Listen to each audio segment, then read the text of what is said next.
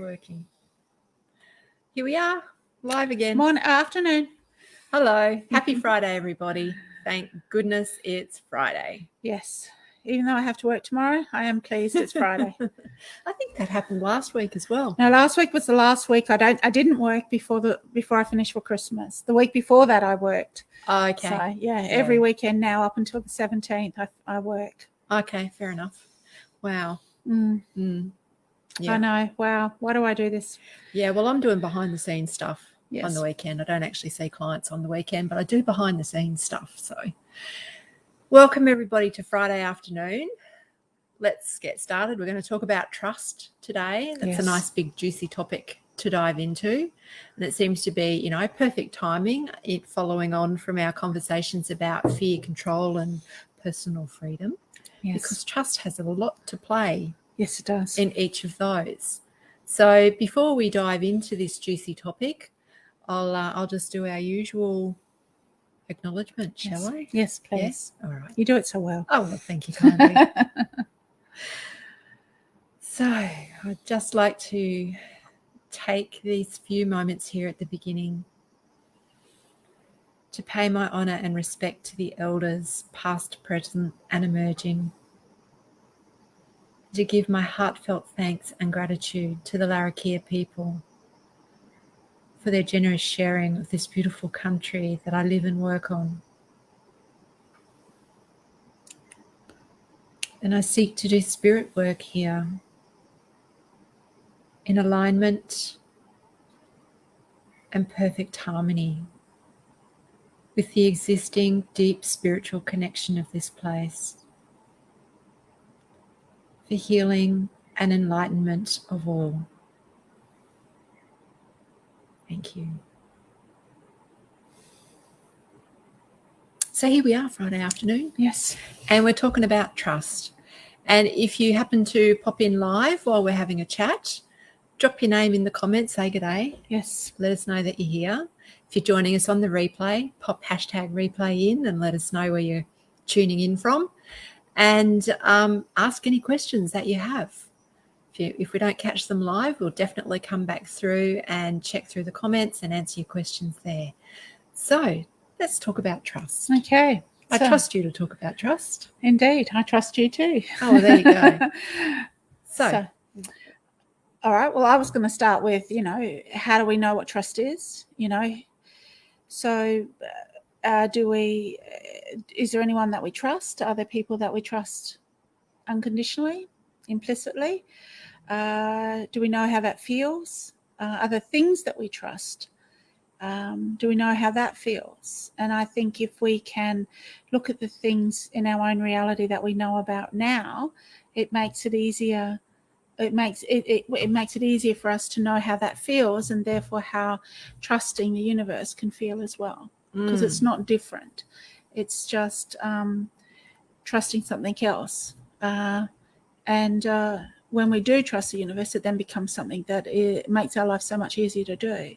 So feeling how we already trust, the things and the people and the places we already trust, is a really good way to start, I think, with trust. Yeah, absolutely.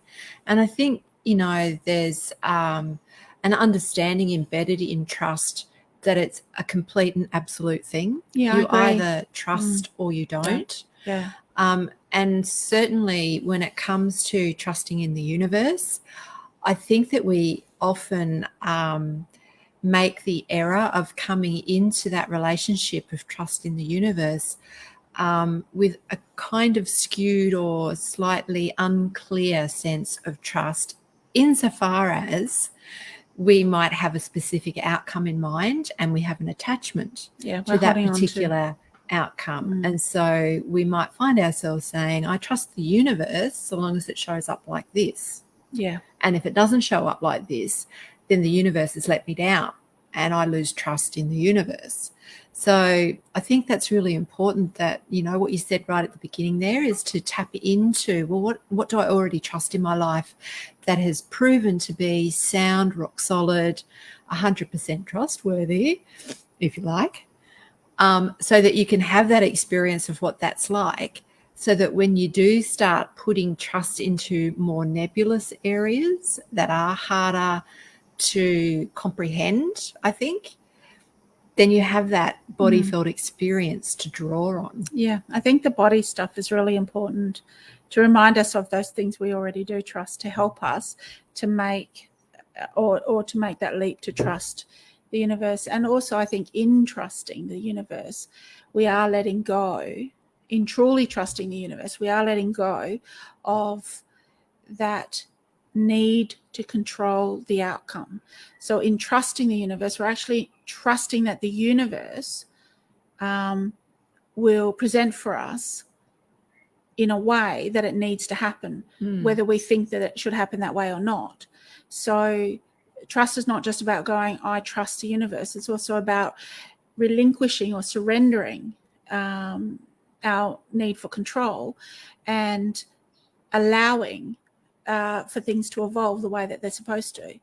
And in doing that, we free ourselves then from that need to control, but also it frees up our capacity to trust even further, and to know that what needs to happen or how it needs to happen, we don't need to be in control of. We just need to trust that it will happen the way that it needs to. You know, there's never, and because we're so used to controlling everything that happens in our world, or trying to control everything that happens in our world, you know, it's really hard to let go. But true trust, particularly in anything, whether we're trusting a partner, we're trusting our children, we're trusting our financial advisor, whatever,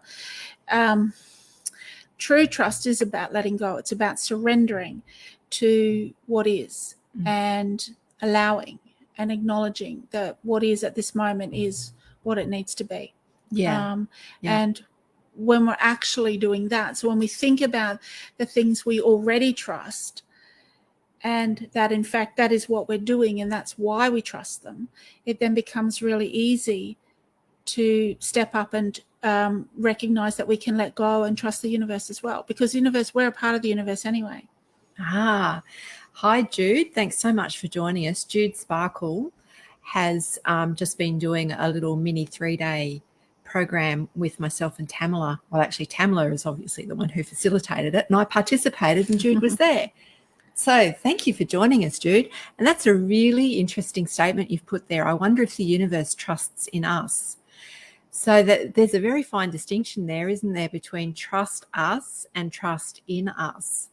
So I think in trusting in the universe, we actually have to acknowledge ourself and trust ourselves, because we are an aspect of the universe. We are a manifestation of the universe, and in trusting ourselves in whatever area we're in or whatever we're doing, we are in fact trusting the universe. Exactly. So it really comes back to self-trust. Yeah. And accepting and being open to the fact that we are a connected being that is basically, holding the essence of the universe in this particular form for a period of time. Yeah, I think that's a good way to look at it. Yeah. I think,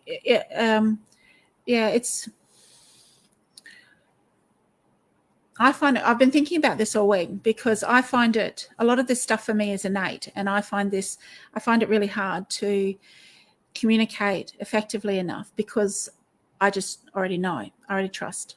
And so to just, it is that understanding that we're not separate, and that we are okay, and that we are what we need to be right now, and that whatever form comes in is really just, we accept and acknowledge that this is what it is right now, whether it's good, bad, and different. And in doing that, we then learn to trust ourselves. And in doing that, the next step, or I suppose it's not really a step, but the next thing is, it's like opening out a layer, isn't it? It then becomes the universe as well, if we want to make the universe separate to ourselves. Yes. Well, we've said something that struck a chord there. I'm not sure which bit, but thank you, Jude. As you were speaking, there was something just coming through that I wanted to share, but I was so quick to jump on show the comment that It will come back. I'm a little bit flighty this afternoon, but that's okay. Just trust that it'll come back. I'm just trusting the universe that it will come back in due course. But I think, you know, the key in all of this is to remember that we are a divine aspect of the universe. Yeah. That the universe is within us as the light of divinity. Yes. And that the more we can remember that and recognize that and trust that that is indeed our essence, our truth, our inner core, the easier and easier it is to trust the universe itself and to be in a dynamic process of working with the universe, of being a part of the universal flow rather than separating ourselves off, because the whole idea of being separated, we've done that to ourselves, really. Yeah, we have. You know, we believe that we're disconnected, that we're not part of the divine light or whatever, and that we live a separated, cut down, you know, boxed in kind of life. But as soon as we start to let that go and open things like trust, things like surrender, things like courage, like the idea of control, all of those things kind of melt away, because it just is. Yeah. And we are just what we are. That's right. And it is the isness. That is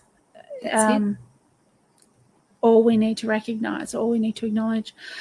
You know, I think that, or I feel like trust is one of those things that we kind of all know about, but we think we do, but we don't truly understand what it means. And I think the act of surrender, of letting go, of letting everything fall off your back, of just taking that breath and going, okay, I don't give in, but I hand over. I ask for support. I ask for help. I acknowledge my worth. All of those things allows us to build that sense of increased awareness of that, of allowing or knowing that we can actually just set the intent, and then our partner in crime, which is the universe, does the activation. And it's a really wonderful thing. It's a very freeing thing when that happens. And if we look at children already do this. You know, they already do this. At some point they stop doing it when we start to say to them, hey, you need to conform to this way, or you need to do that, or it's time to go to school, or put your shoes on, or whatever. You know, that stops. Yeah. And I was going to say something, but I think the thing was, you know, by us having trust and allowing that level of surrender actually enables the universe to then meet us halfway, you know. So by not trusting, by not teaching ourselves the skill or relearning the skill of trusting in the universe, or trusting in God, or trusting in divinity, whatever it is you choose to trust in, you know, that for you means language, the bigger thing that we're a part of, the easier it is for those phrases, the universe has my back, to actually come true, to actually be truth. I was going to read actually the virtues card on trust, because they have a beautiful way of encapsulating and describing these concepts. So according to the Virtues Project, trust is having faith, hope, and a positive outlook. Trust is believing in someone or something. We have confidence that the right thing will come about without trying to control it or to make it happen. That's the key, isn't it? We trust others to do what they say they will do and give them the space to be trustworthy. Sometimes it is difficult to trust when life brings painful experiences. Trust is being sure in the depths of our being that there is some gift or learning in everything that happens. We move confidently with the flow of life, gathering strength from adversity. We know we are never alone. It's beautiful. And I like how that brings in a few more aspects that we haven't quite touched on yet. Yes. Yeah. I do too. I think I think it's a very personal thing for people. Absolutely. I think it depends on, experience and what cultural background you come from too, as how you would interpret or understand trust. I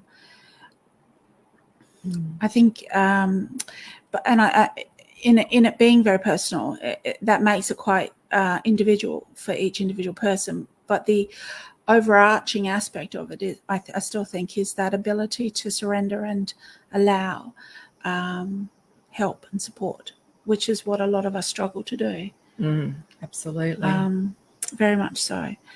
I think trust is one of those things that children have, with attachment, as they attach to their families or to their mums and dads.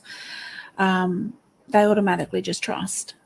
I think we can often look at children and see these things that we look for in ourselves as adults, and we forget that they actually already still possess them to some degree. Yeah, absolutely. And we can learn from our kids in that way. They're beautiful teachers. Oh, they are. They're wonderful teachers. It's why we have them, isn't it? Yeah, they're here to teach us. I wish more people would remember that. But, it's so true. There are so many qualities in children that we take for granted. Like just the idea of that innocence and that trust and that open curiosity in the way they approach the world around them.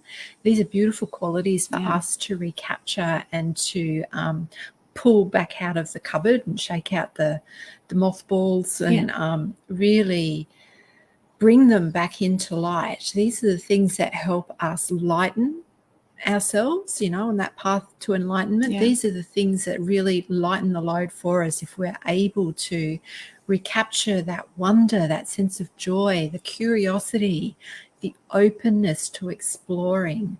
This is where we start to regain trust in our own experience and trust in those who are contributing to our experience. Yes. Yeah. I think trust also helps us to engage with our feeling better, or how we feel better, I should say, not as in I feel better than I did before, but in how we feel things, how we, not even verbally express, but just how we, our body feels about something. So when we feel anxious, we know that we can get butterflies, we know that we can get a tight chest, we know that we can get tingling sensations or pain. For each individual person it's different, but that when we feel, when we know that we're trusting something or we're trusting the universe or someone, we actually can feel that feeling. So it helps bring us back into our body and to feel. And I think when we feel, we actually get a much more accurate reading of our environment, and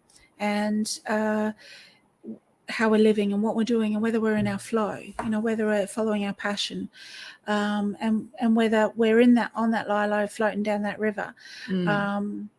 That kind of thing. I think it's really important that, trust, when we look at it from a forward perspective, we're looking at it in lightening the load and making things easier, because we know we're not alone and we're allowing for things to evolve in a very natural way. But when we look back, it's also about reconnecting in with our body, reconnecting in with our feelings. And I think, the other thing to note there is this whole idea of control comes back into the picture here. If we think that we're in control of all the decisions and all the outcomes, it's time to actually really hone that skill of trust and give ourselves a break and give the world around us a bit of a break too, because in all seriousness, the only thing that we are in control of is how we choose. Yeah, that's true.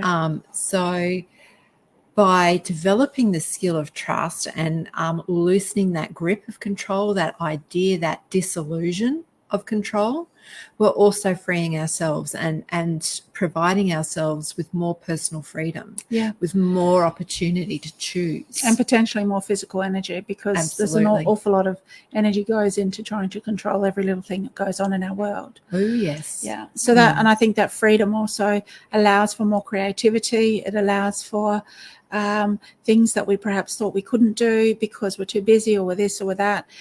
Now possibilities, all of those kind of things. But I think the other thing that came out of what you were saying too was truth. So trust when we trust innately or implicitly, we actually, our truth becomes much more to the forefront of our mind. So what are the things that we're willing to accept and not willing to accept? What are the things that matter to us? What do we know to be the correct thing for us, which may not be the correct thing for you, it being the correct thing for me, but it is, but the clarity we get in relation to our own individual truth, I think, is part of that freeing process, part of that process that allows for us to actually become or recognize our own authenticity and recognize our own value. You know, all of this we possess already. We cover it up with lots of different things. There's all kinds of things that we can be working on or doing or thinking about or feeling about or engaging in if we allow and trust that the universe will have our back and do what we need it. You know, it will create for us exactly how things need to evolve. I'll give you a really, really great example of this. It's a wonderful example. About 3 years ago, you know, hopped in the car driving down to Adelaide, that's 3,000 kilometres away, stopped off in Alice Springs, went into the mall, and there's this beautiful shop in the mall in Alice Springs. It's amazing. I don't know what it's called, but it's just amazing shop, and it's got all this wonderful Christmas stuff in it, and it had the most amazing Christmas tree I've ever seen in my life before. And I went up to the guy at the desk and I said, "Hey, how much for the Christmas tree?" And he went, $1,000. And I went, "Okay, then I'll just have this thing here for $10. Anyway, you know, I felt like I wanted to have a new Christmas tree for quite a long time. But I really wanted that Christmas tree. And I knew that $1,000 was a bit too much for a Christmas tree. Must have been a good Christmas tree. Oh, it was awesome. It was totally awesome. And anyway, I was in at Casuarina, our shopping centre here in Darwin, with my daughter on Thursday, I think. Yeah, Thursday morning it was. And we wanted to go to Big W. She wanted to take me to Big W because we were looking for the little tiny lights. And so we went there, and all of a sudden I see this Christmas tree. And I ran up to it and went, "Oh, my God, that is so similar to the Christmas tree I saw in Alice Springs." Now, between that time 3 years ago and now, I just put it out there that I wanted a new Christmas tree, that I wanted a Christmas tree like this Christmas tree or this Christmas tree. I didn't mind. And there it was in front of me. And we looked at it and realised it was too big for our house. And then I walked further down, and there was the same Christmas tree, but it was shorter. So I bought it. All your Christmases. And it was $129 instead of $1,000. Wow. But that's trust. That is innately, that's trust. I just trusted that it would come when it needed to come. Yeah. You know, and I guess that's the thing, you know, we often like to assign a timeline. Yes. Or a particular form or way that the universe should be providing for us. Indeed. Rather than just saying, you know, this is that thing. I trust, you know, this is my issue.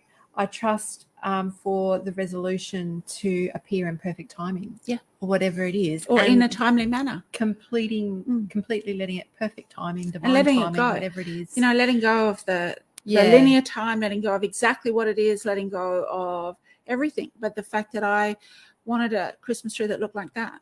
Yeah. And then not fret about it. Just completely and I was cleanly I was really shocked. surrender. I had intent of going in there and spending maybe $8 for 2 little boxes of lights. Came out with $134. But the Christmas tree of your dreams. But the Christmas tree. And every time I walk into my living room now, and it's not decorated yet, but whenever I look into the walk into the living room, I have to hug it. I was so happy. Oh, awesome. Yeah, that's a happy ending. So that, you know, that, and I think anything, whether we're uncertain of what we're actually asking for, or the fact that we just need support, we just need help, and recognizing that we can actually trust ourselves to manifest this via the universe if we want to see them as separate entities, or just one thing together, and actually getting the outcome that we want. But we need to be present to recognize that the outcome may not be exactly what we wanted, or what we thought we wanted, which is, i.e. that tree down in Alice Springs. But it's, it is in fact what we wanted. It's just that at that moment in time, we didn't know that was exactly what we wanted. So and I think another important thing there is, like, sometimes when we're handing up relationship stuff, we perhaps don't often consider that we want a particular outcome to go our way. If we just actually hand all that up with no attachment to it, it then enables the person that we're in the relationship with to develop their own skill of trust, their own reservoir of trust, because we have the universe working in harmony for both of us. Indeed. And,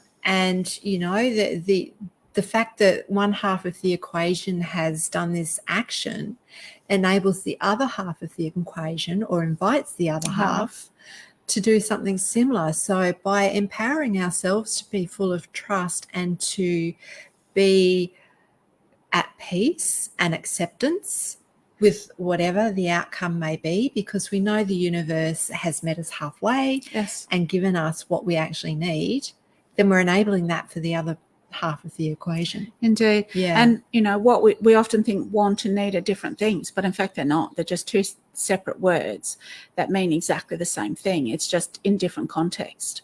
When we want something, we want it. When we need something, this is much more important, but a want is a need. They're not different.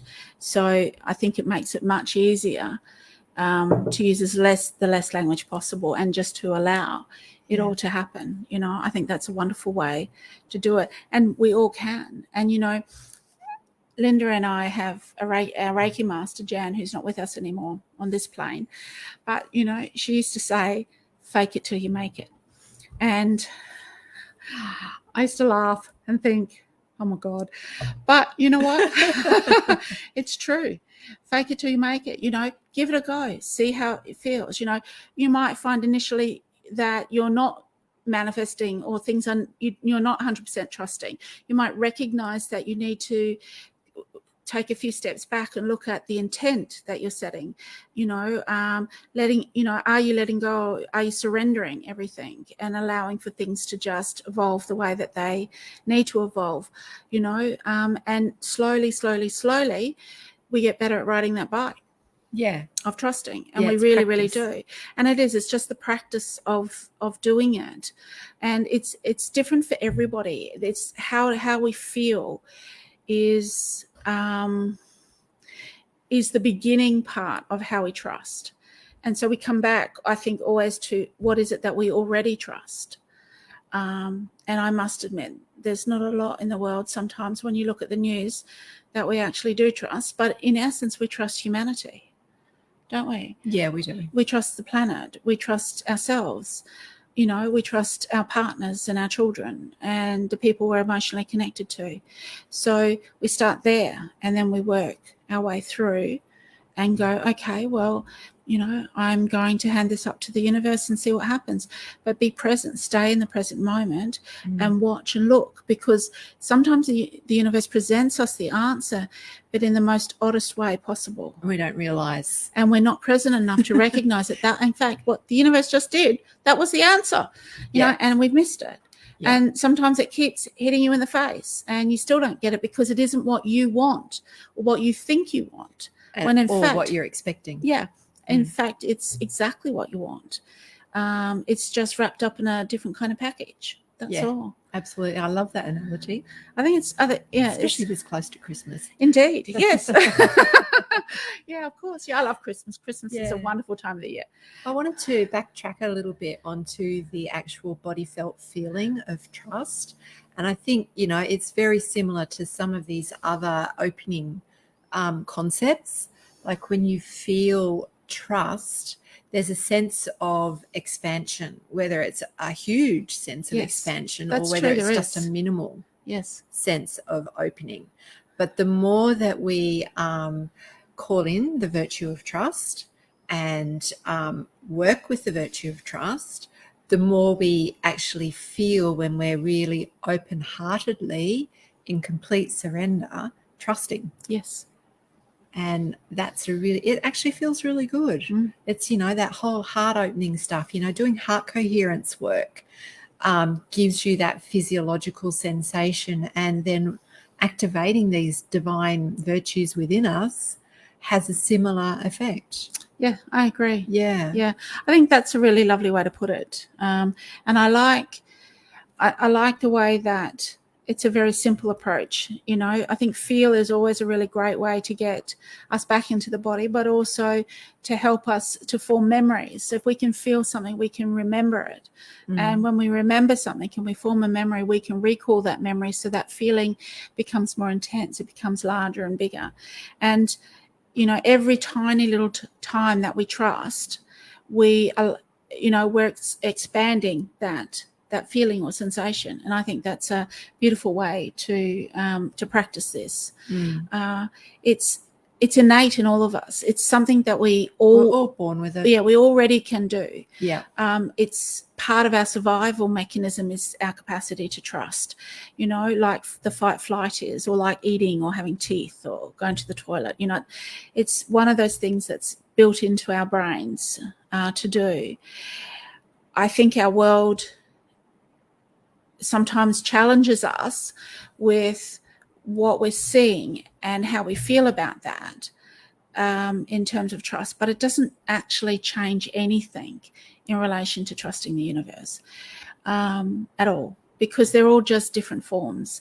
So it's in whatever is going on currently or presently it's a form that allows for us to recognize that, okay, this is not how we would like it to be. So it gives us the opportunity to see the possibility and to trust that possibility will happen. So when we're in a difficult time or we're having a difficult time, recognizing that difficult time is a means to remind us to trust, to trust in the universe, trust in the person next to you, trust in, whatever it is you need to trust in, and to know that that's okay and that's enough. Yeah. And practice. It's that bike again.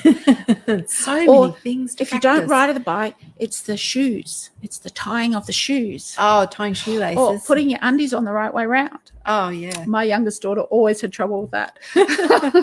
She had trouble putting undies on at all. And shoes as well. I had a few kids like that too. But that, I think that might be a territory kid thing. I think but then it is again, too. maybe not. No, I don't know. Yeah, I know that in the territory, kids don't like to wear clothes and they don't like to wear shoes. Yeah. But it's hot, so you can understand that. Oh, absolutely. Except when you go visiting cold places and they run out in the snow in just their knickers. You just think, come on, crazy girl. I know. I still don't like covered shoes. Yeah. I still don't. So we seem to have we've wrapped up trust by the sounds of things. We're talking about shoes. We're talking about shoes now, yes. Yeah. There was only one other thing I wanted to mention about trust, and, when we are giving ourselves the skill and the opportunity to hand things over to the universe, if the trust can feel very difficult to build if you don't have, a little bit to start with. Yes, that's true. And I guess the giveaway is, if you have decided, okay, I'm at a crossroads, I'm going to hand this up to the universe, and I do that with intention and with focus and with presence. But then I keep checking in every 10 minutes. Did I do it properly? Has it happened yet? I wonder how long it's going to be. I wonder what it will look like. It's this knowing, when you catch yourself doing that sort of behavior. That's not trust. That's not trusting. That is checking in. It's not even checking in. It's in fact showing a huge level of distrust in yourself and in the capacity of the universe to be there. Yeah. And I think that this kind of ties into what we're talking about with the law of attraction and manifesting. There is this tendency, I think, to forget about the incredible level of trust and willingness to surrender Yes. when it comes to manifestation. Yes, I agree. And that's about all I'm going to say, I think. Yeah, and there was something I was going to say in that, but I've forgotten now. Oh, so well. it's not that important. Yeah. So, okay. See you later, guys. All right. Well, look, thanks very much for your company. Thank you, Jude, for your comments and your company. I really appreciated that. If you have any other questions or comments as we're wrapping this up, just pop them in the comments there and we'll come back through and answer them in a little while when we're finished. After our cup of tea. After our cup of tea. It's now time for an existential cuppa because it was water time. It was, indeed. Yeah. Thanks so much for your company. And if you have anything in particular you'd like us to pull apart next week, just send us a message or pop it in the comments.